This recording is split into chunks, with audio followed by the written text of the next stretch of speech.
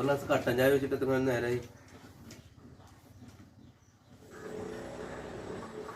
അല്ല പേപ്പർ വായിച്ച് ഇങ്ങനെ ഇരുന്നാ മതി. പിന്നെ നോമ്പ് വരുന്നത് ഈ പേരന്റെ ഒരു സാധനമല്ല നോമ്പിലുള്ള. പൈസ ഇല്ലാന്നല്ലേ പണിക്കാരനൂടെ നന്നായി നാല് അവരാവുമ്പോ അവര് നോമ്പ് വെച്ച് തുടങ്ങി. പൈസ ഇല്ലെങ്കിലേ സ്വന്തം പേർക്കാർക്ക് വരെ പറ്റുന്ന വരുന്നില്ല. പോയിട്ടേ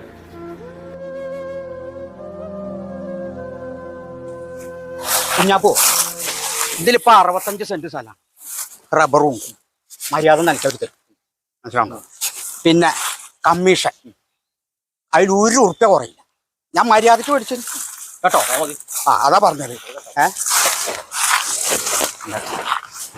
പിന്നെ ഒരു മിനിറ്റ് ഒന്ന് എന്താ പിന്നെ കണ്ടിട്ട് പൈസ ഉണ്ടോ? കുറച്ച് അത്യാവശ്യം ഉണ്ട്. ഓക്കെ കുഞ്ഞാനെ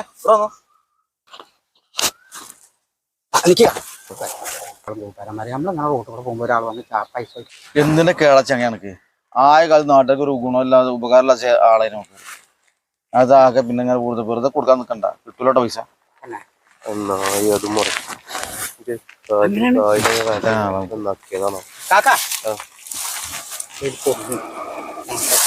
ബിസിനസിനായിട്ട് ഇറക്കിയിരിക്കാണ്. പിന്നെ നോക്കാട്ടോ.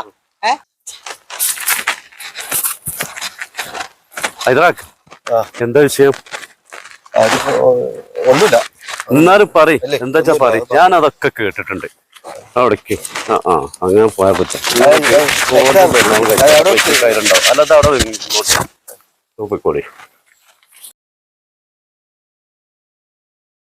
കൊടുത്തില്ലേ? എന്താ ഷെഫീക്കെ ഒരു മാസം വാടക കൊടുക്കാണ്ട് കുട്ടികളെ ഇറക്കി വിട്ട് വാടക കൊടുക്കാനായിട്ട്? പൊന്നാര കുഞ്ഞാപ്പോ മൂപ്പരും ഞാനും ഒരേ മാതിരിട്ട് എന്താ കാര്യം? അന്ന് മൂപ്പര ബുദ്ധിമോശം കൊണ്ട് ചെയ്തു. അപ്പൊ നമ്മളെടുത്തുണ്ട്. അപ്പൊ നമ്മള് കൊടുക്കുക. അല്ലാതെ നമ്മൾ ഈ റമദാൻ മാസത്തിൽ വൈകുന്നേരം വരെ നോമ്പ് നോറ്റുകൊണ്ട് നോമ്പറക്കുന്ന നേരത്ത് ആ വീട്ടിൽ ഭക്ഷണം കാര്യം ഒന്നും ഇല്ലാന്നുണ്ടെങ്കിൽ പിന്നെ എന്തിനാണ് നമ്മളെ പോലത്തെ നോമ്പ് നോറ്റുകൊണ്ട് ഇതിൽ നടക്കേണ്ട ആവശ്യം?